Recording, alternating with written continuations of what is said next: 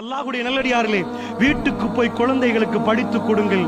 மாடி வீடு கட்டுவதல்ல இந்த துனியாவுடைய வெற்றி, பெரிய வாகனங்கள் எடுப்பதல்ல இந்த துனியாவுடைய வெற்றி. சஜதாவிலே விழுந்து அல்லாஹ்வுடைய நெருக்கத்தை பெற்றால் அதுதான் வெற்றி என்று சின்னத்திலே இருந்தே சொல்லுங்கள், சின்னத்திலே இருந்தே சொல்லுங்கள்.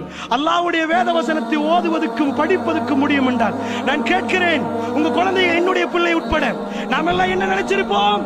பிள்ளைய பெத்தெடுத்தோட இந்த பொசிஷன், அந்த பொசிஷன், இந்த டிகிரி, அது இந்த மெடிக்கல் காலேஜ், அது இயல்பு. அல்லாஹ்வுடைய நல்லடியார்களே, ரசூலுல்லாஹ் என்ன சொன்னார்? அதாவது ஹைருக்கும் மன் தஅல்லமல் குர்ஆன் வ அல்லம, உங்களில் சிறந்தவர் யார் தெரியுமா? குர்ஆனை படித்து பிறருக்கு படித்து கொடுப்பவர். எத்தனை பேர் உங்க பிள்ளை குர்ஆனை படிச்சு கொடுக்கணும் என்று பிறந்த உடனே நினைச்சு பார்த்தீங்க? அல்லாஹ்வுடைய நல்லடியார்களே, துனியா எங்களை கவர்ந்து விட்டது. ரசூலுல்லாஹ் ஒரு நாள் வேகமா வந்தார். ஜலச